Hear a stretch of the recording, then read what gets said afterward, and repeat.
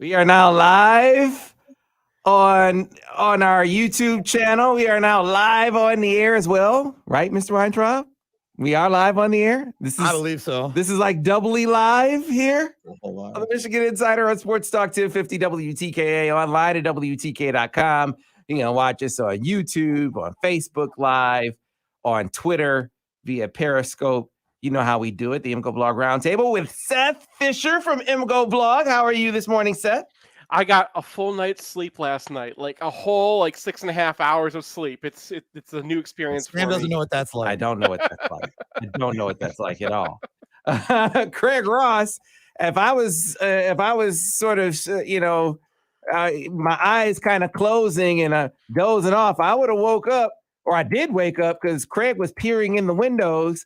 I mean, someone is coming from behind the bushes over here, looking in the window. It's a little bit scary. It was Craig Ross. Right. He has since returned home so he could So be that's on kind the of like screen. you coming through the woods at Penn State. Except You know who he it's is. daylight hours, and it's not a black dude jumping out the woods in the country of Pennsylvania. I think the folks are a little bit nervous about that, how that unfolded. But As opposed to a skeleton popping up in the middle of the morning. Craig, how you doing, man? I'm doing okay. You know, those woods are confusing. I'll give you a pass on those woods. I'm so glad Brian's not here right now. I am so glad. Well, I have a story. I don't know that I've made the trip back to Penn State. No, yes, I have. I've been back myself to Penn State one time since then. Most of the time, I just send my guys though to Penn State. I hate going to Happy Valley. Hate it. It's a long trip. It is, and they have an erector set of a stadium. The press box, freaking terrible. They stick us in the far corner. Like the bloggers go in the far end. You know how that thing moves. Yeah. So we were moving a good couple feet up and down as that stadium was rocking, and it's a night game, it's the whiteout, and they were killing us at the very beginning of that game. So we were just holding on for dear life as this thing was physically moving beneath us. Dude, I felt like, you know how you watch the opening scene of the Beverly Hillbillies and they're driving through. I mean, it's like the country. I feel like that's the route to Penn State, and then you come through a valley and there's Penn State. It's in the middle of nowhere. Yeah. I never got to write my article about this whole that trip, but I went with Patrick last time, our photographer, and we kind of got lost and went into some small valley town that was not that valley town. But it was very interesting, kind of getting to see parts of Pennsylvania and just the dichotomy of this beautiful and all this money and that the Happy Valley is just chock full of stuff, and then everywhere else has just been drained. There's nothing else in Pennsylvania. Yep, exactly right. But that's a little down the line. We are officially in game week, fellas, as the Wolverines will be hosting the Western Michigan Broncos. We have started to dig and delve deeply into what these Broncos bring to the table and what challenges they will present to Michigan. So kind of give me your broad brush, your broad stroke of this Broncos team. What, if anything, concerns you about what the Broncos bring on offense or defense? And we'll start with you, Seth. What's up? Well, I mean, Caleb Purdy knows how to he knows how to screw with linebackers. He's great at reading. They get the ball out quickly so they can kind of nerf your pass rush, and they love to throw down the field to their receivers. So, I mean, Michigan's new defense is going to get exactly the kind of test that it needs, because this is going to be a ringing out. I mean, they played against MAC schools last year, so it's really hard to gauge. But I mean, Purdy was good, and he was good in any sense. You watch his film, and it was just okay, that guy can play some football. Seth, are you talking about the quarterback? Isn't his name Ellaby? Oh man, yeah. Caleb Ellaby. Yeah. I got him confused. Yeah, but right. I got the last name mixed up. But I was watching the guy even just last night again, and confirmed what I thought is that they have a very kind of speed and space offense, and the offense is gonna move the ball against anybody. So, fans, be a little aware. They did this to everybody last year, and they did it to some big teams before. That offense has been good for a long time. Yeah, they're going to tempo you and they're going to throw it around the yard. They're returning some experienced receivers, albeit maybe not a single player as good as Dwayne Eskridge there, Craig. I mean, he was their home run threat, second round draft pick to the Seahawks. Yeah, Eskridge was good, and this is a good team overall, but particularly, well, they're probably a terrible defensive team, but they're to be honest, but they're a very good offensive team. I looked at Football Outsiders, Aaron Schatz, advanced metric stuff, and they have Western, I think, at around number 55 in the country, and that's ahead of both Michigan State and Northwestern, who he has around number 60. And this is opponent adjusted, strength adjusted numbers. So they're ahead of Arkansas too.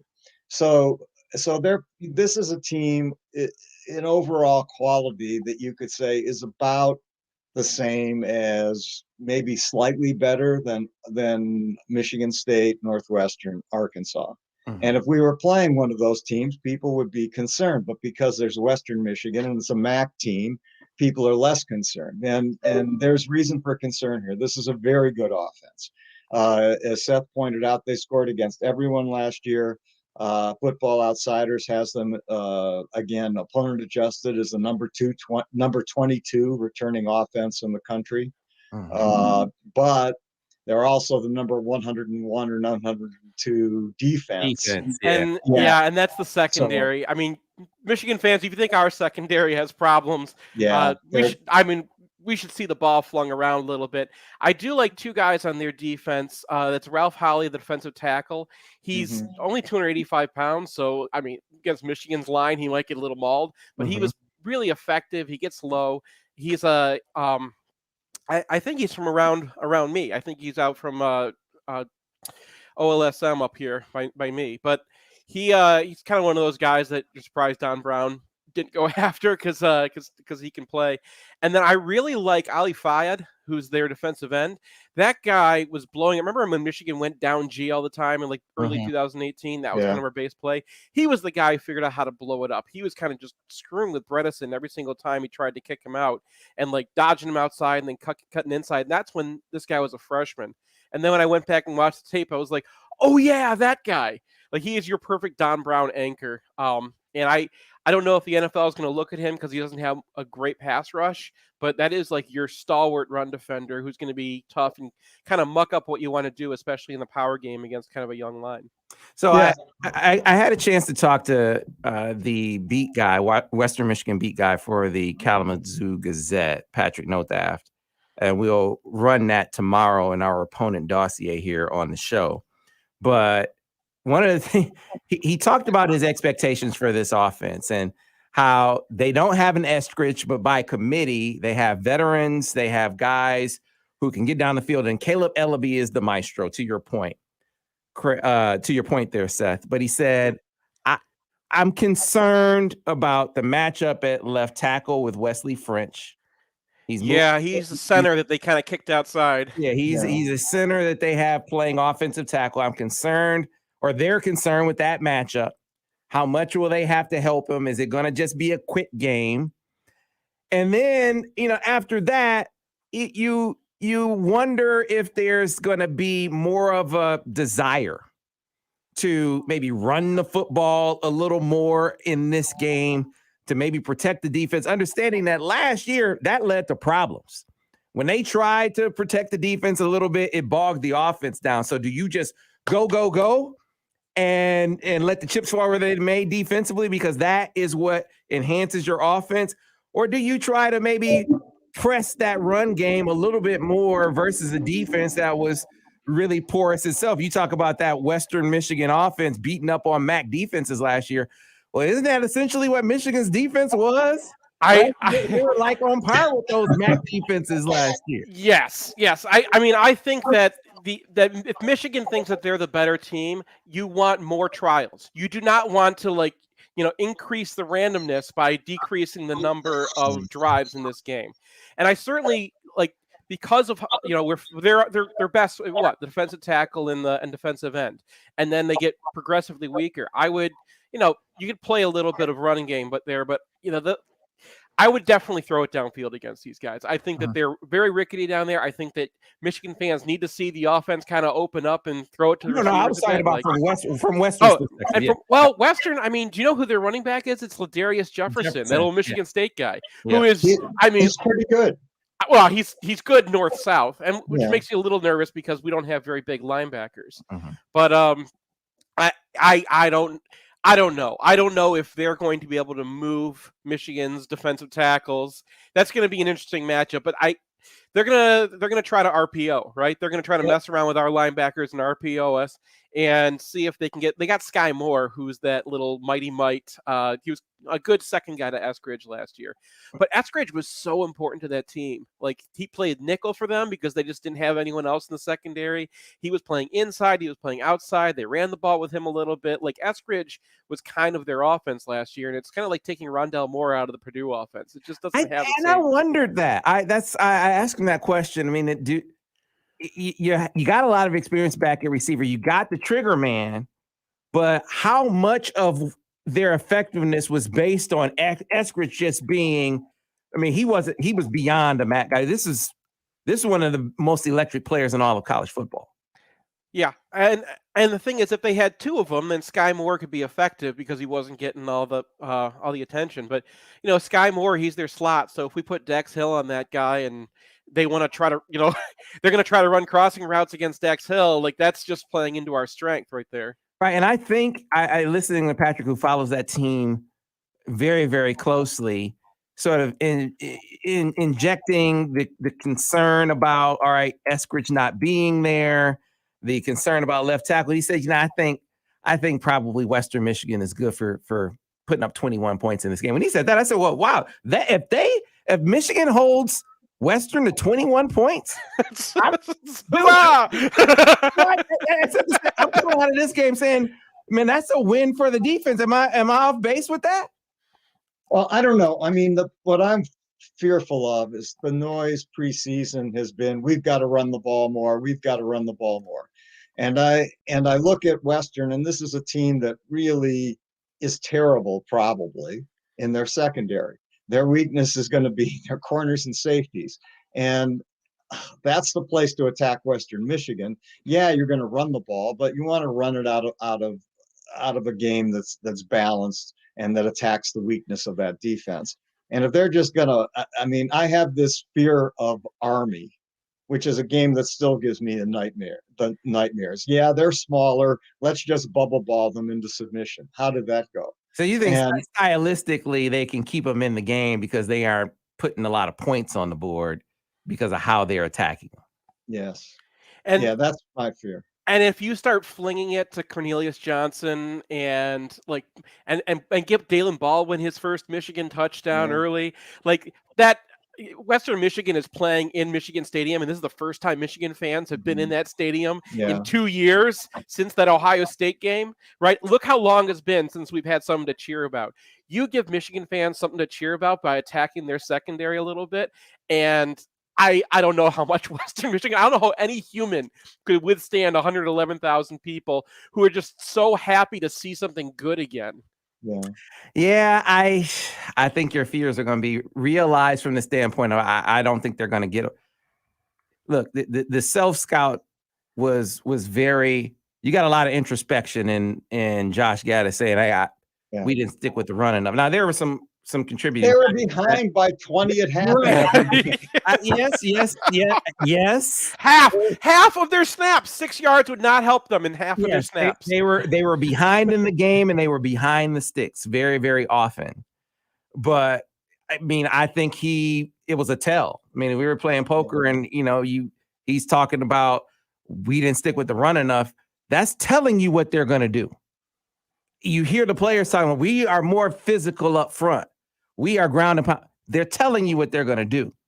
They are going to work to make that ground game efficient, proficient. Now, that doesn't mean that they are going to throw or run the ball 70% of the time. I don't think that they're going to be that distorted. But this idea that they're going to come out passing to open up the run, it's not going to happen. They're going to run the football.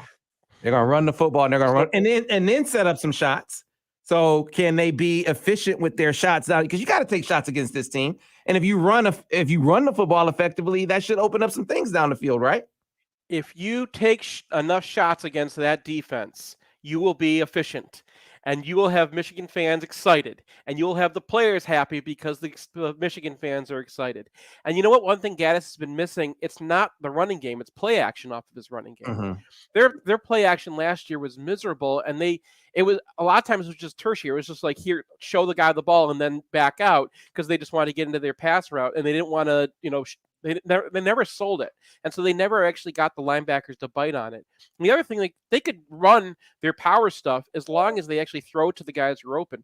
There were a lot of clips. I was going through everything again last year. From last year for this year's preview stuff.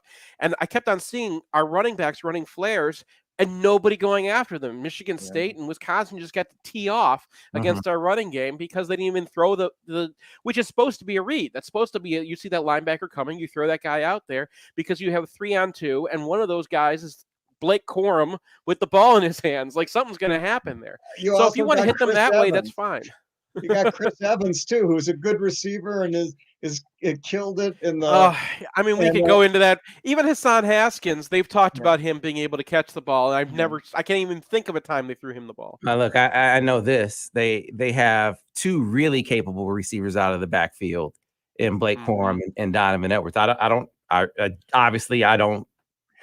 know that about Hassan Haskins. What I do know is he's a guy that on game days, for the style that they're going to play, I think we're going to get a heavy dose.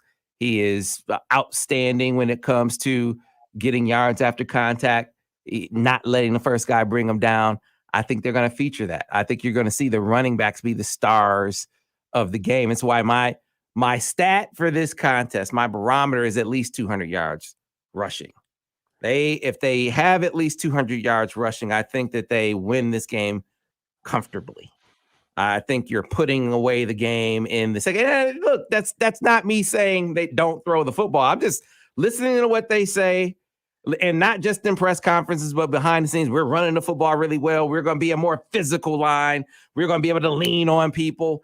You don't go from seeing that, feeling that, practicing that, and then you do something different on game days. That's what they are going to be predicated upon. Their success is going to be predicated upon, and then the passing game is going to come off of that. Well, I don't know. Our reaction to that tells you everything that we. Yeah. I mean, we've been through a lot of Michigan seasons when they want to run the ball, right? And I get that, and I think that that's going to work. I think if you're playing NIU, that's the play. I think that there's some actually good teams that we're going to face this year where that's actually the play. I do not think that that's what you want to do against Western Michigan. Their offense is too good. But here's the question, though, and we got to get to a break. If you don't work it against Western, when it's time to do it, are you going to be able to? Okay, I've got an idea for you.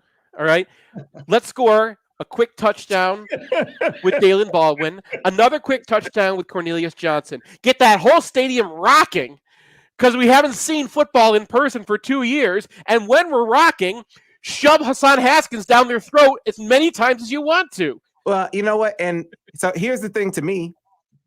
What did they see that they're the best at in practice? Like, do they feel like they can win games with that attack plan being their primary attack plan? Maybe they haven't seen that in practice enough to feel like this is how we can win games. That's how I read it. I think that's fine, but you're playing an opponent. You're not just playing yourself in football. And the opponent in this case is going to feel worse than Michigan fans feel as soon as that ball goes up.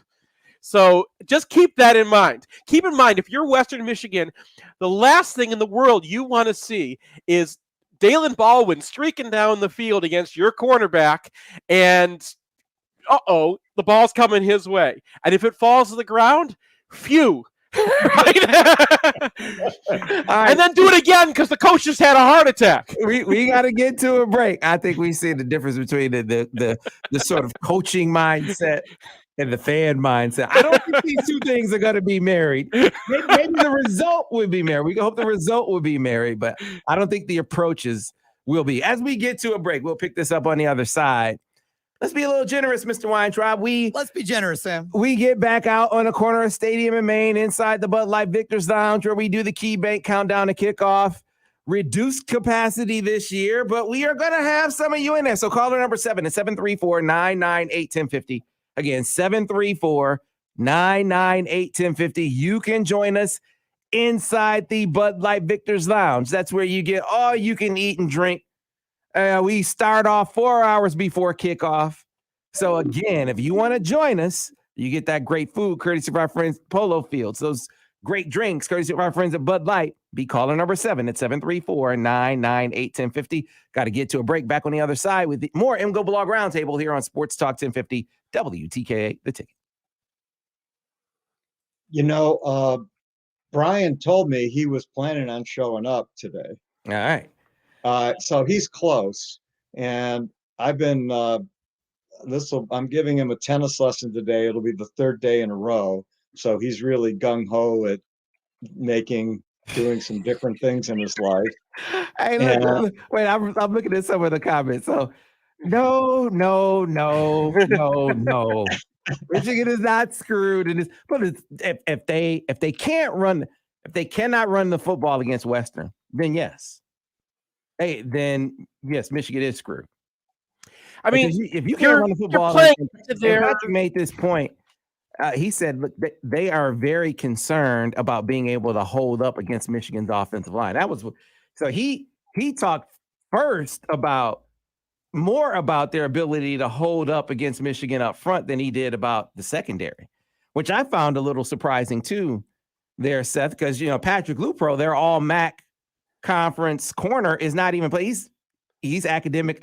He didn't say academically ineligible. He said he's focused on academics this year.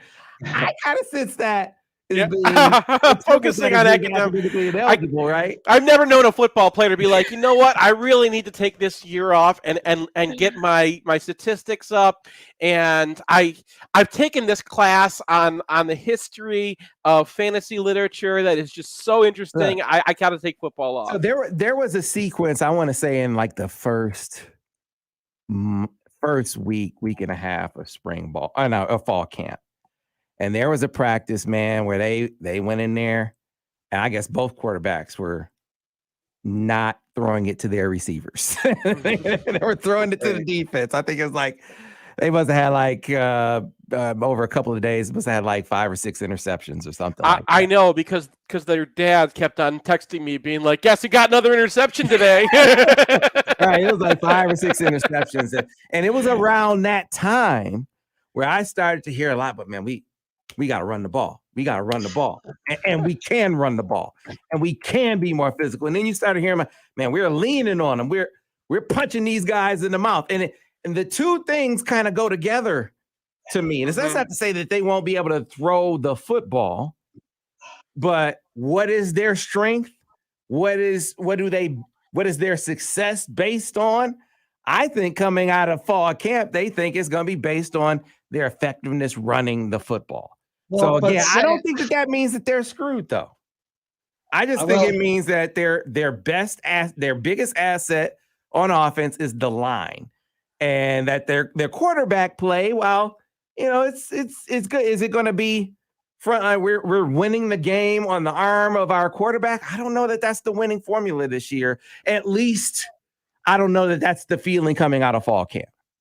Well, there's two things. One is you said, what are we doing best at practice? How the hell do we know? We haven't seen any practice. There wasn't any spring game. There wasn't a damn thing except rumors. No, I'm telling you what their guys. Oh no, and I'm believing you. Yeah, we're still a rumor. And here's the second part. Who are we running against? I asked that question against the weakest part of the Michigan defense. Okay. So, but if you're throwing interceptions against another weak part of the Michigan defense, but you're having success running against that same Michigan defense, what would you do more of? I don't know, but I do know that if I come out of that game with the words Army in my head, I'm gonna go home and rip my own liver out. And I just don't know why you would look at Western Michigan and look at where their strengths are and their weaknesses are and say, I want to We are run back, folks. at We are Ali Michigan Fayed. Insider, Sports Talk 1050, WTKA, online at WTK.com. Sam Webb, Mr. Ira Weintraub on the other side of the county. Oh, excuse me, glass. That's muscle memory, Mr. Weintraub. You know how that goes. Sam, in like 11 years, you were saying across the other side of the glass. And then for 16, 18 months, you said across the county. It shows you what muscle memory is. Yes, it is. Before we get back to the MGoBlog Roundtable, I got to tell you about if you see a guy inside the Bud Light Victor's Lounge and he's suited and booted, looking really dapper, looking like he's fresh out of the D, it's probably Cedric Small. Now, who is Cedric Small? Well, let me tell you about a very unique insurance company, one focused on people in the educational community and provided by Michigan alumni. It is called Meemic. And Meemic serves teachers and other school employees and also the general public. Common misconception is people think it's just for teachers. No, also the general public. They've made it their mission to provide members with outstanding service and high quality insurance coverage. So for personal, auto, home, boat, or umbrella coverage, look to Meemic for agents who understand and appreciate all that you do. And for all you Michigan fans out there, a local Meemic agency is run by my friend, my guy, my boy, Cedric Small. Cedric is a Michigan alum and a big supporter of all things maize and blue. And with a strong education background, he is keenly aware of the needs of those in that field. And his office is located right here in Ann Arbor. So if you want to check Cedric out, you can contact him at cedricsmallagency.com. Again, that's Cedric Small, CEDRIC, cedricsmallagency.com, or call 734-773-3873 for auto and home insurance quotes. And with that, let's get back to the MGoBlog Roundtable. Here's the thing for me. Just be effective. Look, if they decide to buck whatever trend they established in practice, and let's say they come out and they want to be basketball on grass, as long as they win, just give me the dub and give me something that you can build on moving forward. I don't care how it looks personally. I mean, there are things in between basketball and Seth there. Oh, Why do we have Seth on mute? Oh no! Can I hear you? What about you, Craig Ross? Give me some. well, let Okay, me. so we got to get Ira, Mr. Weintraub. Can We you are hear me? not. Yes. There we go. Yes. Now I hear you. Got it. Oh Got no! Okay. I don't know what happened. Go ahead. I couldn't That's hear weird. you guys for a minute. All right, Okay. go ahead, Seth. Oh, I'm saying there are things in between basketball and on grass and man ball. Like you can do. You don't have to like just be one or the other, right? Mhm. And one of those things is play action. Play action. Like they did not run very much play action last year, and that's been a weird thing under Gaddis. One of the reasons actually that I used when I looked at all the stats to kind of see if Gaddis was running the offense or is Harbaugh really just doing his own thing, Mhm. and like proved without a shadow of a doubt that Gaddis is. Gaddis is running this offense. It's very much Gaddis, and it's very different than the kind of offense Harbaugh was running before Gaddis. So I do believe that, I don't think there really is anything to the Harbaugh's meddling and making things his way. I think this is Josh Gaddis making the call. But I think Josh Gaddis doesn't run enough play action. And if you are telling everybody throughout your spring and fall that you're going to be running the ball, and then you're like, hey, we're a face mashing team and we're a ball running team, and then your first play is play action and throw it to Cornelius Johnson. Yes. Yes, go do that, right? And then and then you're up. And if they're up by 14 on Western Michigan in that house after 2 years, I'm going to keep saying this. That is going to just take the wind out of their sails, and you can run the ball to your heart's content. Yeah, I think you'll see play action. Well, I think here's you'll the definitely thing, that the studies in the NFL have shown that the most effective play, and I think it's the same in college, in football, is play action. Play action gains more yards than anything else. It's the most efficient, effective play in football. And so somebody said, yeah, that assumes you can run the ball. So there were subsequent studies. Turns out teams that can't run the ball are still, play action is still the best play in football. So even if you can't run it, if you can run it, so much the better. So the getting away from play action last year, I don't understand it. The second thing is something that Seth said about what you hate for another team to do, and given where last year was going, I'm mystified Michigan didn't try it. What if Wisconsin came into the big house and said, we ain't punting? And I'm serious about this. How much would you hate that? How much would you hate a team coming in here saying, we ain't punting? We already talked about Army, Craig. We already brought up Army. You don't have to roll that all over again. Army I did, mean, right? Craig, That's what Army did. Army came into the big house If and Wisconsin said, we ain't didn't punting. punt in 2018, that's a close game. Yeah. so why don't we see more coaches? I mean, are they just stuck in their ways, Craig, to not be? Do they not think progressively enough?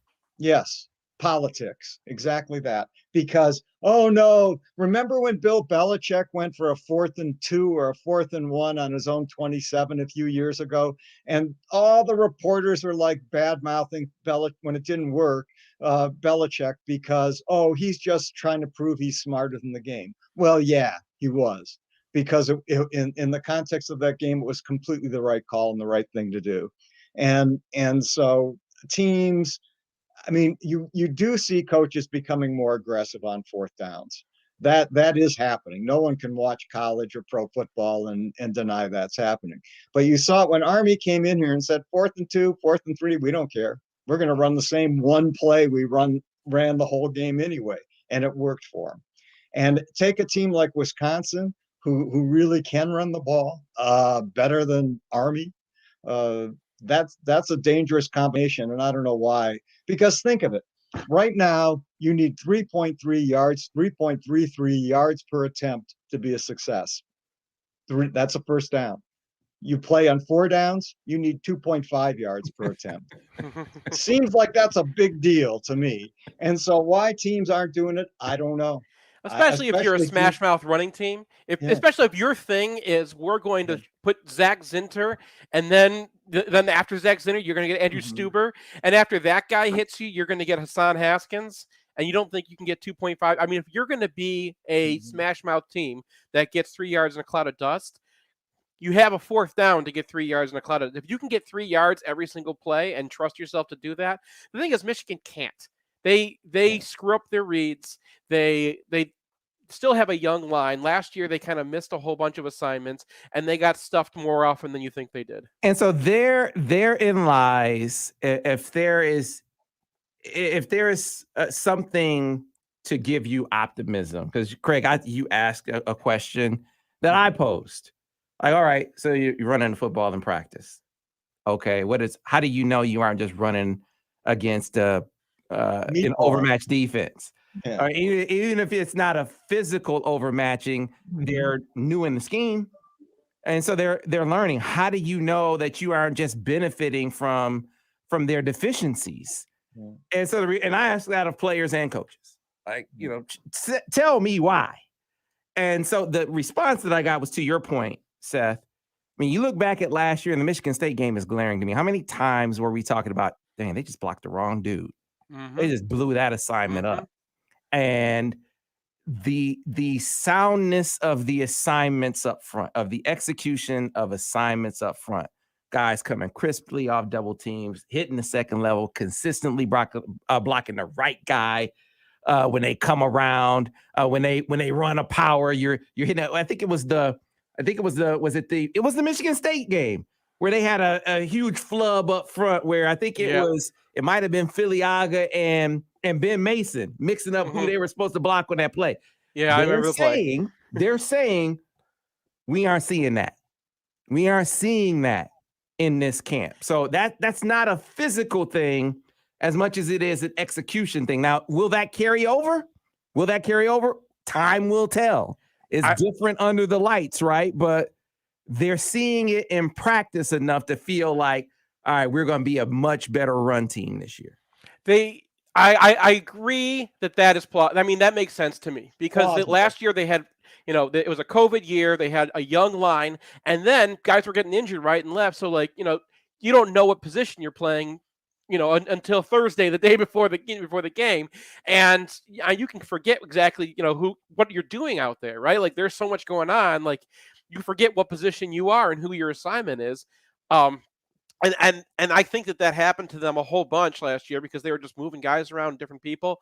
But they I believe that part. The part that really was killing their run game last year was their quarterbacks weren't making reads, and not even trying. And I don't know if like they turned off quarterback reads again because like Joe Milton's finger was hurt or whatever they were doing. They were not even trying. They weren't even looking at the guy you're supposed to read.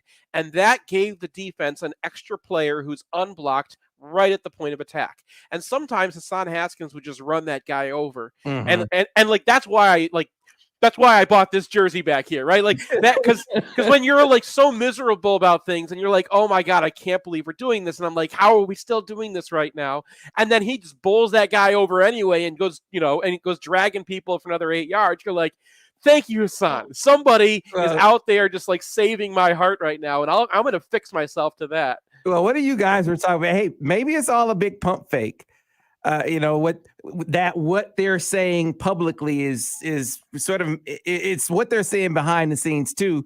But when Trevor Keegan gets up in front of the media and they ask him, "What's your offensive identity?" We're going to want to run the football. We're going to pound it down your throat. We're going to play physical. We're going to know our calls. We're going to communicate. We're going to execute. I think that the repetitiveness of that is telling. But now that does not mean that you're going to throw the football 10 times a game. I just think what will they emphasize? Will they run into a stack box?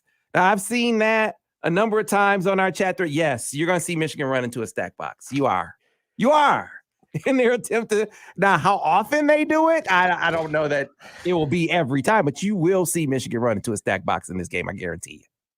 Sam, how long we've been doing this? How many Michigan offensive linemen have you talked to? How many Michigan offensive linemen have said to you, you know what? I can't wait to get out there and pass block. I'm just telling you, man, it is very consistent what they're saying when they aren't in front of the mic too. I believe it. I believe it. I believe that, I mean, it's Jim Harbaugh at the end, right? Jim Harbaugh is still running the program at the end here, and Josh Gaddis is looking at what he's got. But if they were just a running team, if they're like, we're not going to throw the ball at all, Nolan Rumler would be starting. And they're going to throw the football. I mean, they're going to throw the football still. Cornelius Johnson had a fantastic camp. Okay. Right? He had a fantastic camp. Now, Ronnie Bell had a really good camp. Now, Dalen Baldwin showed he flashed here and there. I think the idea that Michigan fans have is like, okay, so you got Roman Wilson, you got Roman, you got AJ, you got Mike Sainristil, you got all of these different weapons on the outside, and I feel like you'll maybe see big plays out of Cornelius. You'll see Ronnie be a chain mover, and then you'll see other guys maybe take turns here and there flashing. But the more consistent playmakers for this offense will be the running backs. Sure. It'll be those guys. Sure. And you got to put the ball in Blake Corum's hand. You can also throw the ball to Blake Corum, by the way. But the all overarching theme of this offense is that I want to see them get a lead and then they can go ahead and lean. Okay. Yeah. As long as you got that lead, go ahead and lean on it, because they're going to be a tough team to come back on if they can kill clock and just maul you. But you got to get that lead first, and that's what your playmakers are there for. Yeah. Look, I don't. This is not going to be Bo Schembechler's attack, but I think we gotta pay attention to not only what they say. We don't have a sample space with our eyes to go on, Craig, but think about what Jim Harbaugh did in the offseason. He goes and gets Matt Weiss. And I said when he did it, that's not just about, I don't even think it's mostly about the quarterback. I think that is he's a running game coordinator. That's about the run game now. Yeah. I'm just telling you, they're going to get elements of the Ravens run game. And that was something that I was hearing initially anyway, that they were, even before he was hired, they were incorporating more elements Did of he back Lamar? Of the that was my response too. That would help. I mean, but Lamar breaks you a big play. But one thing about Lamar is that he also makes a lot of reads. So I don't know if Ben McDaniels was not good at teaching reads. I don't know if Matt Weiss is going to be better at teaching reads. But that's a major component of this offense that they were not getting right before. Yeah, and I just someone asked about J.J. McCarthy. I think while you won't telegraph that's what you're doing when JJ's in the game, I think that becomes more of a component of what they can do offensively when JJ's in the game. When you talk about at least the QB run portion of the offense. I mean, every your RPO game isn't about a quarterback run per se, but the ability for your quarterback to be a run threat with like they want it to be. They don't have any semblance of a Lamar Jackson on this team, but the closest thing they have to a guy who presents that threat is JJ McCarthy. I think we're going to see him in this game, guys. And I don't think we're just going to see him in mop-up capacity. I think we're going to see him at meaningful points in the game. I think we're going to see both quarterbacks throughout the season. Wow. Oh, that is a lot closer to, than I thought we would be at this point of the season. Like, Yeah, I imagine maybe a Rutgers game or something. I don't think we wait till crunch time as observers to see JJ McCarthy. I think we see JJ McCarthy in the mix, series here or there. Not a whole series, but getting in on series throughout the game. It makes complete sense if for no other reason that he needs a little bit of game prep, because how often has Michigan gotten through a season without an injury to the quarterback anyway? Right. And that's just gone on over and over and over the past few years. So he needs reps. He needs reps and he needs game reps. And so it makes sense to get McCarthy some time. And I don't know what the deal is on Alan Bowman. I mean, that's was always like complete radio guys, science. It was never going to be. It was just never going to. I know that was a popular talking point. Not around here. I don't think any of us ever said anything about Alan Bowman. Yeah, that was like, I'm saying I don't know. Yeah, that was what people looked at, like at the numbers and like, okay, that guy's got experience, and the other two, 10 drives against Rutgers is all we know about McNamara. He would have had to have been, coming here, and he's the Cleveland Browns quarterback. He would have had to have been him. Be that have that kind of transfer impact with only the benefit of summer with the playbook. And he's going to come in and pass up Cade McNamara, who's been in the scheme, and then JJ McCarthy, the 5-star freshman quarterback. No, dude, that's just never. I want to go back to it because I know that you had to tell people that Bowman wasn't going to happen, but like that's known. That's been a known since spring. The thing about only using real handoffs and only really using your offense when your backup quarterback is in has been a thing under Harbaugh for under several offensive coordinators now, and it has been a consistent problem with this offense, especially early in games, and gets them into these Army kind of situations. So you forget, Rich Rod had no offensive line. He had, he didn't know who his running back was, and he had Stephen Threet at quarterback, and he put up a pretty decent running game in 2008 because Threet could just, he didn't have to run very far. Mm-hmm. He was a threat. And when he's a threat, you can't crash on the running back because then the quarterback is running into completely empty space. If McNamara is running into completely empty space and then goes down after 8 yards, that is a very effective play. And that is going to, those quarterbacks who are running like that, they get a little banged up like your running backs do, but not in the way that quarterbacks usually get injured. It's not like a rib injury. It's not a shoulder injury that knocks your quarterback out for the season. It's one of those dings that you get, and then they play through it, and everyone's hurt at the end of the season because it's football. And that has to be part of the offense with the starter. You can't just do that with your backups. And that has been a consistent problem for Michigan offenses. It was a huge problem for them last year. It probably cost them the Michigan State game.